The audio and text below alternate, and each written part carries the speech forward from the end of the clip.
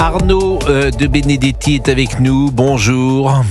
Bonjour à vous. Et merci, vous êtes fondateur du comité de soutien de Boualem Sansal. C'est un jour de très grande tristesse et de très grande inquiétude puisque Boualem Sansal est détenu depuis 4 mois dans un cachot, j'ai envie de le dire comme ça, en Algérie. Il y a quelques jours, vous aviez écrit et vous aviez dit, d'après le code pénal algérien, Boualem Sansal risque la prison à perpétuité, voire la peine de mort. Et vous l'aviez dit dans l'émission Point de vue sur le Figaro TV.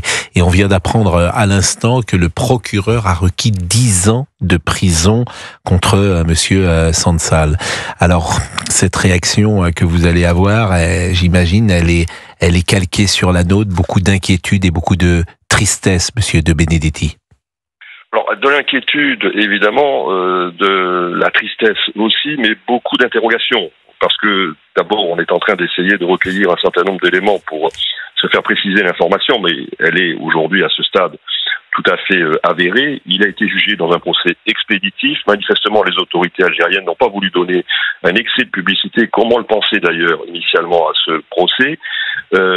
On attend maintenant, bien évidemment, le verdict, puisque là, nous avons les réquisitions du procureur et le verdict devrait être délivré dans une semaine, c'est-à-dire le 27 mars. La question essentielle, c'est de savoir comment on doit interpréter finalement ce procès expéditif. S'agit-il de la volonté du pouvoir algérien finalement de se débarrasser de ce problème une fois qu'il aura jugé Boualem Sansal? Quelle sera l'attitude du président Tebboune, grâce ou pas grâce? Ou est-ce qu'il s'agit tout simplement d'une étape supplémentaire dans le calvaire que l'on fait subir à notre ami Boualem Sansal? Aujourd'hui, si vous voulez, le comité de soutien, il oscille entre ces deux questions qui sont des questions essentielles, en effet. Est-ce qu'on va vers un règlement politique rapide, ce qui serait plutôt une bonne nouvelle en l'occurrence, ou est-ce que malheureusement, ce qu'on peut craindre, parce que les autorités algériennes sont très imprévisibles, c'est le moins qu'on puisse dire, vers, un durcissement de la position du pouvoir algérien. Il est 12h05, vous êtes sur Europe 1. Arnaud Benedetti, au moment où on apprend que Boualem Sansal, le procureur, a requis une peine de 10 ans de prison ferme, mais il y a des motifs d'espoir dans ce que je viens d'entendre à l'instant.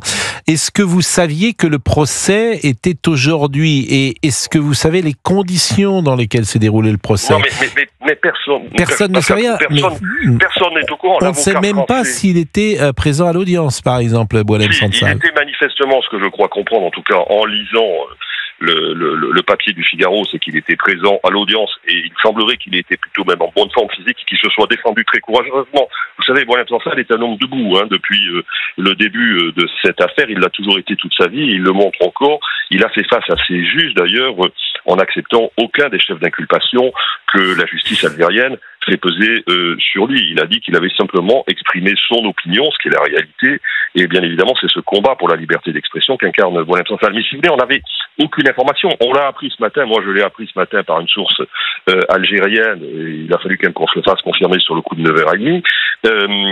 L'avocat français, Maître Zimré, qui bien évidemment n'a pas pu plaider puisque les autorités algériennes depuis le début lui refusent le visa, vient je crois de communiquer et de faire part de son extrême surprise et de sa colère par rapport à ce procès totalement arbitraire et expéditif, parce qu'il semblerait que le procès se soit déroulé en une demi-heure. Alors, vous voyez à peu près le sérieux de la justice algérienne qui, faisant peser des chefs d'inculpation aussi graves sur Boualem Sansal, expédie en une demi-heure un procès de ce type. Non, mais il y a un rapport de force politique et rien d'autre. Mais lorsque vous parlez, je pense immédiatement à Midnight Express et chacun connaît ces scènes avec la justice turque dans les années 70 et on a l'impression d'être plongé exactement dans cette atmosphère-là. On ne sait pas donc si sa femme était présente. Est-ce qu'il y a quand même un avocat qui est présent et qui a pu défendre, même si la défense d'un avocat algérien pour Monsieur Sansal, je peux la remettre en cause? Il semblerait qu'il y ait eu un avocat commis d'office, comme la loi de toute façon l'oblige, mais en la matière, ce que l'on croit savoir, c'est que Boualem Sansal s'est défendu tout seul, manifestement, et c'est ce qu'il avait de façon exprimé il y a quelque temps, puisque je rappelle que des pressions ont été exercées sur lui pour qu'il déconstitue l'avocat français, Maître Zimré, en raison notamment c'est ce que les émissaires algériens faisaient savoir à Boualem Sansal des origines de Maître Zimré. Il y a bien évidemment un relent antisémite dans tout cela. évident. Il a refusé et il a, dans le même temps, déconstitué ses avocats algériens. Mais l'accélération de la procédure fait que les autorités algériennes ont néanmoins commis un avocat pour le défendre, mais il semblerait que lors de l'audience, Boualem Sansal soit défendu tout seul. Merci Arnaud Benedetti. Merci beaucoup à 12h08 sur Europe 1 de votre intervention.